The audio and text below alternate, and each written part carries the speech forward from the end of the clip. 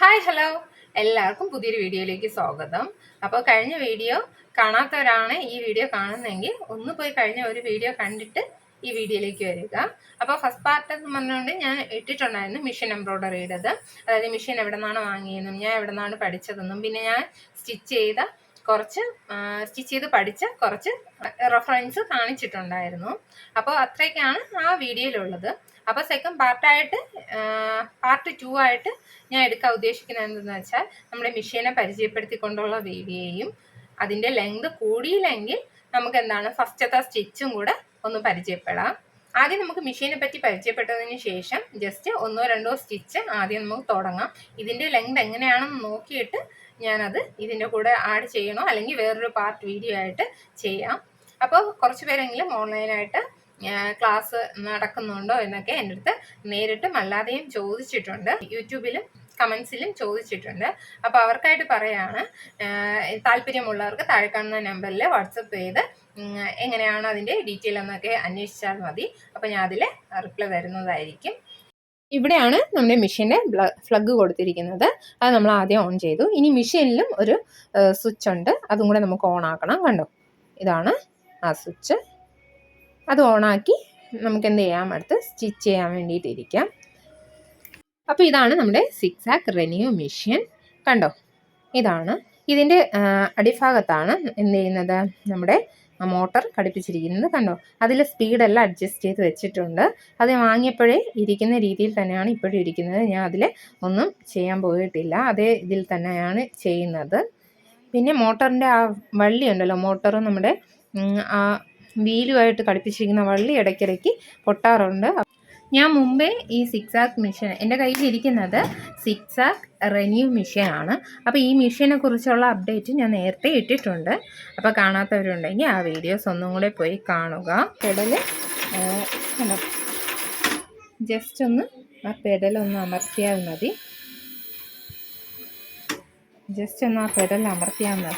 ഇവിടെ അങ്ങ് സ്റ്റിച്ച് ചെയ്തോളൂ. കണ്ടോ, അങ്ങനെയാണ് അത് ചെയ്യുന്നത്.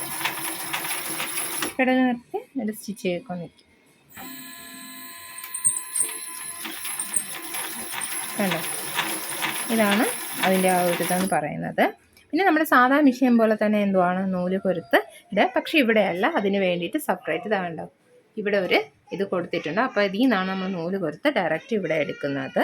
കണ്ടോ, അതുപോലെ നമ്മൾ എടുത്ത് പിന്നെ ഇവിടെ നമുക്ക് എംബ്രോയ്ഡറി മെഷീൻ ആയതുകൊണ്ട് തന്നെ മറ്റേ പല്ലൊക്കെ നമുക്ക് സെപ്പറേറ്റ് തന്നിട്ടുണ്ട്. നമ്മളതിന് അത് വേണ്ട, നമുക്ക് എംബ്രോയ്ഡറി മെഷീൻ മാത്രം മതി എന്ന് പറഞ്ഞ് അങ്ങനെ എടുത്തതാണ്. അങ്ങനെയാണ് ഇത് ചെയ്തെടുത്തിരിക്കുന്നതല്ല, അതൊക്കെ ഊഴി മാറ്റിയിട്ട് എംബ്രോയ്ഡറിക്ക് മാത്രം ഉപയോഗിക്കാൻ വേണ്ടിയിട്ട് എനിക്ക് വേറൊരു മെഷീനുണ്ട്, സാധാ നമുക്ക് എല്ലാ സ്റ്റിച്ചും ചെയ്യാൻ പറ്റുന്നത്. പിന്നെ അതുപോലെ തന്നെ ഇത് നമുക്ക് വീതി കൂട്ടി ചെയ്യുന്ന ഭാഗം ഉണ്ടല്ലോ, അവിടെ നമുക്ക് അഡ്ജസ്റ്റ് ചെയ്യാനുള്ള ഇതാണ് അത്. സംഭവം നമുക്കിവിടെ താഴെ ഒരു പെഡൽ കൊടുത്തിട്ടുണ്ട്. കണ്ടോ, ഇത് നമ്മളിങ്ങനെ നീക്കുന്ന അനുസരിച്ചാണ് ഞാൻ ഇങ്ങനെ കാണിച്ചു തരാം. കുറച്ചുകൂടെ ഇതായിട്ട് കാണണമെങ്കിൽ കണ്ടോ, ഇത് നീക്കുന്നതനുസരിച്ച് പെഡൽ നീക്കുന്നതനുസരിച്ച് അത് നീങ്ങുന്നുണ്ട്. നമുക്ക് ഇവിടെ സംഖ്യകൾ കൊടുത്തിട്ടുണ്ട്. എത്രയാണോ നമുക്ക് ഒരേ വീതിക്ക് വേണമെങ്കിൽ ഇപ്പം 0 മതിയെങ്കിൽ 0, അല്ല 1 വേണമെങ്കിൽ കുറച്ചുകൂടെ വീതി കൂടുതലായിരിക്കും, 2 ആണെങ്കിൽ കുറച്ചുകൂടെ വീതി കൂടുതൽ. അങ്ങനെ നമുക്ക് ഇഷ്ടമുള്ള വീതിക്ക് എന്ത് ചെയ്യാം, സ്റ്റിച്ച് ചെയ്ത് എടുക്കാവുന്നതാണ്. വീതി നമ്മളെ ഇഷ്ടാനുസരണം കൂട്ടാം. ഇനി അഥവാ നമുക്ക് സ്കാലപ്പൊക്കെ ചെയ്യുമ്പോഴത്തെ ചെറിയ ഒരേ വീതിക്കുള്ള സംഭവങ്ങൾ ചെയ്യുമ്പോഴത്തേക്ക് നമുക്ക് വീതി തെറ്റിപ്പോണ്ട എന്നുണ്ടെങ്കിൽ നമുക്കിപ്പം 2 മതിയെങ്കിൽ നമുക്ക് ഈ ഒരു ഇതിൽ ഇങ്ങനെ പിടിച്ച് ഒന്ന് ടൈറ്റ് ചെയ്ത് കൊടുത്താൽ മതി. അത് ആ 2 അതുപോലെ തന്നെ ഇരിക്കും. അപ്പോഴേ ഇവിടുത്തെ സ്റ്റിച്ചിങ് വരുന്നത് കണ്ടോ, 2 സൈഡിലും നീ കണ്ടോ, ഇങ്ങനെയാണ് സ്റ്റിച്ചിങ് വരുന്നത്. അതല്ല നമ്മൾ സാധാ സ്റ്റിച്ചിങ് ആണ് ചെയ്യുന്നതെങ്കിൽ നമ്മുടെ സാധാ മെഷീൻ പോലെ കണ്ടോ ഒരിടത്തേ നിൽക്കുകയുള്ളൂ. ഇനി നമ്മൾ വീതി കൂട്ടുമ്പോഴത്തേക്ക് കണ്ടോ, നിങ്ങൾക്ക് ആ വ്യത്യാസം അറിയാൻ പറ്റുന്നുണ്ടെന്ന് വിചാരിക്കുന്നു. കണ്ടോ, അങ്ങനെയാണ് ചെയ്യുന്നത്. നമ്മൾ എത്രത്തോളം വീതി കൂട്ടുന്നത് അത്രത്തോളം അത് എന്ത് ചെയ്യും, നീങ്ങി സ്റ്റിച്ച് ചെയ്യും. വേണ്ടോ, നമുക്കപ്പോഴും എത്ര വീതി വേണമെങ്കിലും നമുക്ക് ഇതിൽ അഡ്ജസ്റ്റ് ചെയ്യാവുന്നതാണ്. പിന്നെ ഇതിൽ പറയാനുള്ളത്, മെയിനായിട്ട് ഇതിൽ പഠിക്കാൻ ആഗ്രഹമുള്ളവർ ചെയ്യേണ്ട കാര്യം എന്താണ്, നമ്മുടെ മെഷീൻ ഉണ്ടായിരുന്നാലേ പറ്റുള്ളൂ. പിന്നെ നമുക്ക് നമ്മുടെ ഉള്ളിലുള്ള ആ ഒരു ടാലൻ്റ് ഉണ്ടല്ലോ, ടാലൻ്റ് എന്ന് ഉദ്ദേശിക്കാൻ അങ്ങനെയല്ല, നമുക്ക് ചെയ്യാനുള്ള ഒരു ആഗ്രഹം അത് എത്രത്തോളം കൂടുതലാണോ അതനുസരിച്ചിരിക്കും ഇത് പഠിച്ചെടുക്കാനും. പിന്നെ ഓൺലൈനായിട്ട് ഇഷ്ടംപോലെ ആൾക്കാർ മെഷീൻ എംബ്രോയ്ഡറിയും എല്ലാം പഠിക്കുന്നുണ്ട്. പിന്നെ നമുക്ക് ഈ സ്റ്റിച്ചിങ് അല്ലാതെ ഞാൻ ഇന്നലെ കാണിച്ചില്ലേ ഫ്ലവർ, നമുക്ക് പലതരത്തിലുള്ള ഫ്ലവേഴ്സ് നമ്മളുടെ ഇഷ്ടാനുസരണം നമുക്ക് മാറ്റി മാറ്റി സ്റ്റിച്ച് ചെയ്തെടുക്കാവുന്നതാണ്. അപ്പോൾ നമുക്ക് അതേപോലെയൊക്കെ മാറ്റി എടുക്കാവുന്നതാണ്. അപ്പോൾ ഇതിൽ ഞാൻ ഏറ്റവും ഡീറ്റെയിൽ ആയിട്ടൊന്നും അല്ല എങ്കിലും ഏകദേശം ഞാൻ ഇതിലെ കാര്യങ്ങളൊക്കെ പറഞ്ഞു തന്നിട്ടുണ്ട്. അപ്പോൾ ഇതിൻ്റെ ഡീറ്റെയിൽ വീഡിയോ കുറച്ചുകൂടെ ഒന്ന് വിശദമായിട്ട് ഞാൻ മുമ്പ് ഒരു മെഷീൻ എംബ്രോയ്ഡറി അറിയേണ്ടതെല്ലാം എന്നും പറഞ്ഞുകൊണ്ട് ഒരു ഇത് ഇട്ടിട്ടുണ്ട്. അപ്പോൾ ഞാൻ ഇതിവിടെ ഐ കാർഡിൽ കൊടുത്തേക്കാം, ആവശ്യമുള്ളവർ കണ്ടു നോക്കൂ. അപ്പോൾ ഇനി നമുക്ക് മെഷീൻ എംബ്രോയ്ഡറിക്ക് എന്തൊക്കെയാണ് ആവശ്യമുള്ളതെന്ന് നോക്കിയാലോ. നമുക്ക് ഫ്രെയിം വേണം. നമുക്ക് അത് പല സൈസിലുള്ള ഫ്രെയിം കിട്ടും. നമുക്ക് ചെറിയ ഡിസൈനൊക്കെ മതിയെങ്കിൽ ഈ ഒരു ഫ്രെയിം മതി. അതല്ല കുറച്ചുകൂടെ വലിയ ഡിസൈൻ വേണമെങ്കിൽ കുറച്ചുകൂടെ ഒരു 10 ഇഞ്ചിലേക്ക് ഫ്രെയിം നമുക്ക് എടുക്കാവുന്നതാണ്. കണ്ടോ, ഫ്രെയിം നമുക്ക് ഉടനും കിട്ടും, അതുപോലെ തന്നെ നമുക്ക് ഫൈബറിലെയും കിട്ടും. അപ്പോൾ നമുക്ക് ഏതാണോ സൂട്ടബിൾ അതനുസരിച്ച് നമുക്ക് എടുക്കാവുന്നതാണ്. ഏതായാലും നിങ്ങൾ എടുക്കുമ്പോഴേ നോക്കി ടൈറ്റ് ആണോ എന്നൊക്കെ നന്നായിട്ട് നോക്കിയിട്ട് എടുക്കുക. ഇല്ലെങ്കിൽ ചിലപ്പോൾ നമ്മൾ ക്ലോത്ത് വെക്കാൻ നേരത്ത് ലൂസായി പോകും ചില സ്ഥലങ്ങളിലെങ്കിലും. അപ്പോൾ നമുക്ക് അത്യാവശ്യം ഒന്ന് വേണ്ടത് ഫ്രെയിം, അതുപോലെ തന്നെ നമ്മുടെ അതായത് മെഷീൻ്റെ ഗേസും ബോബനും. അപ്പം മുമ്പ് ഒരാൾ ചോദിച്ചിട്ടുണ്ട് ഇതുപോലെ ഒരേ ഗേസാണോ ഇടുന്നതെന്ന്. അന്ന് എനിക്ക് അറിയില്ലായിരുന്നു. അന്ന് ഞാൻ പറഞ്ഞത് ഒരേ ഗേസ് ആണെന്നാണ്. പക്ഷെ അല്ല, ബോബനും ഗേസിനും വ്യത്യാസമുണ്ട്. ഇത് സാധാ നമ്മുടെ നോർമൽ മെഷീനിൽ ഇടുന്ന ബോബൻ ഗേസാണ്. ഇത് കണ്ടോ, ഇവിടെ ഇങ്ങനെ ചെറിയ കൂർപ്പൊക്കെ വന്നിട്ടുള്ള നമ്മുടെ ബോബൻ ഗേസ് കണ്ടോ. എന്നാൽ ഇതെന്ന് പറയുന്നത് ഇതിനപേക്ഷിച്ച് ചെറുതുമാണ്. കണ്ടോ അതിൻ്റെ വ്യത്യാസം, ഇവിടെ ചെറിയൊരു ഹുക്ക് പോലെയുണ്ട്. ഇതാണ് നമ്മുടെ ബോബ്. ഇത് കണ്ടോ, ഇതിലായാലും വ്യത്യാസമുണ്ട്. ഇത് നമ്മുടെ സാധാ മെഷീനിലിടുന്നതും എന്നാൽ ഇത് നമ്മുടെ എംബ്രോയ്ഡറി മെഷീനിലിടുന്നതാണ്. നിങ്ങൾക്ക് വ്യത്യാസം മനസ്സിലായെന്ന് വിചാരിക്കുന്നു. കണ്ടോ, നമ്മൾ ഇതിനേക്ക് ബോബൻ ഗേസൊക്കെ വാങ്ങുമ്പോഴത്തേക്ക് നമ്മൾ പറഞ്ഞ് വാങ്ങുക. എംബ്രോയ്ഡറി സിക്സാക്ക് എംബ്രോയ്ഡറി മെഷീനിൽ ഇടുന്നതും നമ്മുടെ സാധാ മെഷീനിൽ ഇടുന്നതും തമ്മിൽ, അല്ലെങ്കിൽ കടക്കാർ ചിലയിടത്തെങ്കിലും നമ്മളെ പറ്റിക്കാറുണ്ട് ഇങ്ങനെയൊക്കെ അറിഞ്ഞുകൂടാതെ പോയി കഴിഞ്ഞാൽ. അപ്പോൾ ഇതൊക്കെ നിങ്ങൾ നോക്കി വാങ്ങുക. അപ്പോൾ നമ്മുടെ ബോബൻ ഗേസ് വ്യത്യാസം മനസ്സിലായെന്ന് വിചാരിക്കുന്നു. അതുപോലെ തന്നെ നമ്മുടെ നീഡിൽ, ഇത് നമ്മുടെ ഇതാണ് 14 നമ്പർ, നമ്മുടെ മെഷീൻ എംബ്രോയ്ഡറിയിൽ ഇടുന്ന 14 നമ്പർ നീഡിൽ. കണ്ടോ, കാണാൻ പറ്റുന്നുണ്ടോ? കണ്ടോ, ഗോൾഡ് കളറിലാണ് വരുന്നത്. ഇവിടെ മാത്രം ചെറിയൊരു സിൽവർ കളർ പോലെയും ബാക്കി ഗോൾഡ് കളറിലാണ് വരുന്നത്. അതുപോലെ തന്നെ ഇത് നമ്മൾ ഇടുന്ന ഭാഗത്ത് ചാല് പോലെ, ഇത് നമ്മുടെ ഫ്രണ്ടിൽ വരാൻ കണക്കിന് വേണം ആ നീഡിൽ ഇടാൻ വേണ്ടിയിട്ട്. ഇവിടെ ചെറിയൊരു ചാല് പോലെയുണ്ട്.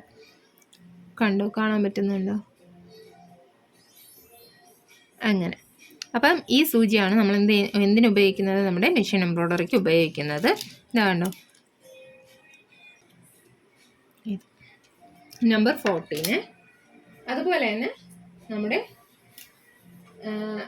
എംബ്രോയ്ഡറി മെഷീനിൽ ഉപയോഗിക്കുന്നത് നമ്മുടെ സിൽക്ക് ത്രെഡാണ്. കണ്ടോ, നല്ല തിളങ്ങുന്ന സിൽക്ക് ത്രെഡാണ്. ഇത് 25, 35 അങ്ങനെ പല റേറ്റിനും നമ്മുടെ കടകളിൽ അവൈലബിൾ ആണ്. കണ്ടോ, ഇനി ഇതിൻ്റെ അടിയിൽ നമ്മൾ ഗേസിൽ ചുറ്റുന്നത്, നമ്മൾ പഠിച്ചുകൊണ്ടിരുന്ന സമയത്ത് ഫ്രോക്കൊക്കെ ചെയ്യുന്ന നൂലുണ്ടല്ലോ, അതായിരുന്നു നമ്മൾ ഗേസിൽ ഇട്ടുകൊണ്ടിരുന്നത്, ബോബൻ ഗേസിൽ ഇട്ടുകൊണ്ടിരുന്നത്.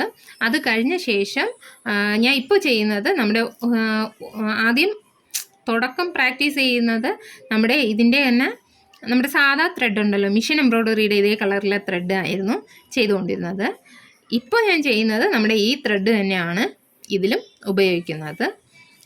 ഇതല്ല എങ്കിൽ നമുക്ക് മെഷീൻ എംബ്രോയ്ഡറിയുടെ ത്രെഡ് നോർമൽ നമ്മുടെ മെഷീനിൽ സാധാ നോർമൽ മെഷീനിലെ കളർ ത്രെഡ് നമ്മുടെ ഇതുണ്ടല്ലോ, നമ്മുടെ ഈ ത്രെഡ് ഉണ്ടല്ലോ, ഇതിൽ ചുറ്റി കൊടുത്താലും മതി. കാരണം നമ്മൾ ഡിസൈനൊക്കെ ചെയ്യുമ്പോഴത്തേക്ക് ഒന്ന് ശ്രദ്ധിച്ചാൽ മതി, നിങ്ങൾ ഏത് കളറാണോ നൂലെടുക്കുന്നത്, ഏത് കളർ സിൽക്ക് ത്രെഡാണോ എടുക്കുന്നത് അതേ കളർ തന്നെ ആയിരിക്കണം നമ്മുടെ അടിയിൽ ബോബൻ ഗേസിലിടുന്ന കളർ. കാരണം ചില സമയത്ത് ഇതിങ്ങനെ നൂല് കയറിയായിട്ടാണ് വരുന്നെങ്കിൽ, ഇല്ലെങ്കിൽ കളർ നമുക്ക് വേറെ കളർ, ഇപ്പോൾ ഇത് ചെയ്യുന്ന സമയത്ത് ഇതിൻ്റെ കൂടെ എന്താ ഈ ചുവപ്പാണ് ഇട്ട് തയ്ക്കുന്നതെങ്കിൽ ചുമന്ന നൂലും കൂടെ മുകളിലേക്ക് കയറി വരും. മറ്റേത് അതേസമയം നമ്മൾ ഇതേ കളർ നൂലിട്ടാണ് സ്റ്റിച്ച് ചെയ്യുന്നതെങ്കിൽ അത് ജസ്റ്റ് ഒന്ന് മുകളിലേക്ക് വന്നാലും ശ്രദ്ധിക്കില്ല, കാരണം ഇതേ കളറാണല്ലോ. അങ്ങനെ. അപ്പം ഇത് മനസ്സിലായെന്ന് വിചാരിക്കുന്നു. എന്തെങ്കിലും ഡൗട്ട് ഉണ്ടെങ്കിൽ കമൻറ്റിലൂടെ അറിയിക്കുക. അതുപോലെ വേറൊരു ഇതാണ്, ഇത് ക്യാൻവാസ് ആണ്, പേപ്പർ ക്യാൻവാസ് ആണ്. കണ്ടോ, നല്ല തിന്നായിട്ടുള്ള ഒരു പേപ്പർ പോലെ ഇരിക്കുന്നതാണ്. ഇതെന്ന് പറയുന്നത് നമ്മൾ സ്റ്റിച്ച് ചെയ്യുന്ന ക്ലോത്തിൻ്റെ അടിയിൽ ഇതിട്ടിട്ട് സ്റ്റിച്ച് ചെയ്യുമ്പോഴത്തേക്ക് എന്ത് ചെയ്യില്ല, കട്ടി കുറഞ്ഞ ക്ലോത്ത് ആണെങ്കിലും അത് ഇതായി പോകില്ല, പിന്നിപ്പോകില്ല ഇത് അടിയിലിടുമ്പോഴത്തേക്ക്.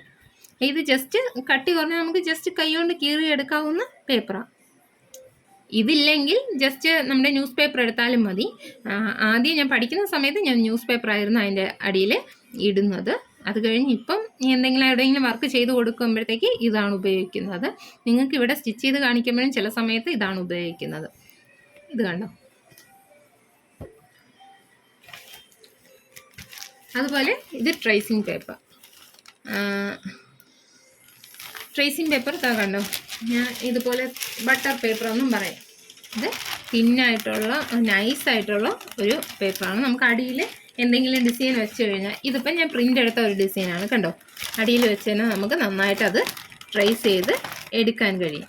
കണ്ടോ, നന്നായിട്ട് അതിനെ ട്രേസ് ചെയ്ത് നമ്മൾ ഇവിടെ ഇപ്പോൾ വെച്ച് വരച്ചതിനെ കണ്ടോ നന്നായിട്ട് ട്രേസ് ചെയ്തെടുക്കാൻ കഴിയും. ഇതാകുമ്പോഴത്തേക്കും നമുക്ക് കുറച്ച് കൂടുതൽ ദിവസം ഉപയോഗിക്കാം. ഇതിങ്ങനെ ഞാൻ കണ്ടോ ഇപ്പോൾ ഈ ഒരു ഡിസൈൻ വരച്ചെടുത്തിട്ടുണ്ട്. അപ്പോൾ നമുക്ക് ആവശ്യം കഴിഞ്ഞ് കഴിഞ്ഞാൽ നമുക്ക് എന്ത് ചെയ്തോ ഇങ്ങനെ മടക്കി അങ്ങ് സൂക്ഷിക്കാം. എപ്പോഴെങ്കിലും ഇതിൻ്റെ ആവശ്യം ഉണ്ടെങ്കിൽ നമുക്ക് എന്ത് ചെയ്തോ ഒന്നും കൂടെ വരച്ചെടുക്കാവുന്നതേ ഉള്ളൂ. മനസ്സിലാവും. ഇത് ഞാൻ പ്രിൻ്റ് എടുക്കുന്ന പേപ്പറാണ്. സേവ് ചെയ്തിട്ട് അവിടെ കൊണ്ട് ഇമെയിൽ വഴിയോ അല്ലെങ്കിൽ നമ്മുടെ വാട്സപ്പ് വഴിയോ അയച്ചു കൊടുക്കും. അപ്പോൾ അവർ നമ്മൾ എത്രയാണോ വലിപ്പം പറയുന്നത് അതനുസരിച്ച് നമുക്ക് പ്രിൻ്റ് എടുത്ത് തരും. പിന്നെ ഉള്ളതാണ് നമ്മുടെ കാർബൺ പേപ്പർ എല്ലാവർക്കും അറിയാമായിരിക്കും. കണ്ടോ, ഒരു സൈഡ് ഒരു ഇത്തിരി ഒരു മെഴുമിഴ നമ്മുടെ മെഴുകൊക്കെ ഇരിക്കും പോലെ ഇരിക്കുന്ന ഒരു സൈഡ് നമ്മുടെ സാധാ പേപ്പർ പോലെ ഇരിക്കുന്നു. ആ മെഴുകിരിക്കുന്ന സൈഡ് നമ്മൾ ഒരു പേപ്പറിൻ്റെ പുറത്ത് വെച്ചിട്ട് അതിൻ്റെ പുറത്ത് ഈ ഡിസൈനും വെച്ചിട്ട് നമ്മൾ ക്ലോത്തിൻ്റെ പുറത്ത് ഈ കാർബൺ പേപ്പർ വെച്ച് അതിൻ്റെ പുറത്ത് ഈ ഡിസൈനും വെച്ചിട്ട് അത് വരയ്ക്കുമ്പോഴത്തേക്ക് എന്ത് ചെയ്യും, ആ ക്ലോത്തിൽ ഈ ഡിസൈൻ വരും. അപ്പം ഇങ്ങനെ ട്രേസ് ചെയ്തെടുക്കുന്ന വീഡിയോസൊക്കെ വേണമെങ്കിൽ നിങ്ങൾ കമൻറ്റിൽ പറഞ്ഞാൽ മതി. അത് വേറൊരു വീഡിയോ ആയിട്ട് ചെയ്യാം. അപ്പോൾ അങ്ങനെയാണ് ഇതൊക്കെ ചെയ്യുന്നത്. എല്ലാവർക്കും അറിയുന്ന കാര്യമായിരിക്കും, ജസ്റ്റ് ഒന്ന് ഞാൻ പറഞ്ഞു പോകുന്നതേ ഉള്ളൂ. അപ്പോൾ ഇത്രയും സാധനങ്ങളാണ് നമുക്ക്. അതുപോലെ തന്നെ ഈ ആദ്യമായിട്ട് മിഷൻ എംബ്രോയ്ഡറി ഒക്കെ പഠിക്കുന്ന ആൾക്കാർ ഏറ്റവും ഫസ്റ്റ് വാങ്ങേണ്ട കാര്യം എന്ന് പറഞ്ഞു കഴിഞ്ഞാൽ നമ്മുടെ പോപ്ലിൻ കോട്ടൺ എന്ന് പറയുന്ന ഒരു ക്ലോത്താണ്. അത് ഇത്തിരി കട്ടിയുള്ള ക്ലോത്താണ്. അതാകുമ്പോഴത്തേക്കും നമ്മൾ മെഷീനിൽ തയ്ക്കുമ്പോഴത്തേക്ക് എന്ത് ചെയ്തു പോവില്ല, ജസ്റ്റ് ഒന്ന് അങ്ങോട്ടോ ഇങ്ങോട്ടോ കുരുങ്ങിയൊന്നും പോകാറില്ല. ഇത്തിരി കട്ടിയും കൂടെ ഉള്ളത് കൊണ്ട് നമുക്ക് ആദ്യമായിട്ട് പഠിക്കുന്ന സമയത്ത് നിർബന്ധമായി അതിൽ അല്ലാതെ പഠിച്ചെടുക്കുന്ന ആൾക്കാരുമുണ്ട്. എങ്കിലും കൂടുതൽ പേരും എനിക്കൊക്കെ ടീച്ചർ പറഞ്ഞത് അതാണ്, പോപ്ലിൻ കോട്ടൺ എന്ന് പറഞ്ഞ ക്ലോത്താണ്. അപ്പോൾ അതിൽ തുടങ്ങിയാൽ കുറച്ചുകൂടെ നിങ്ങൾക്ക് ഈസി ആവും ഇതൊക്കെ സ്റ്റിച്ച് ചെയ്തെടുക്കാൻ. അതുപോലെ തന്നെ ഇത് ഏറ്റവും തിന്നായിട്ടുള്ള ഒരു ത്രെഡാണ്.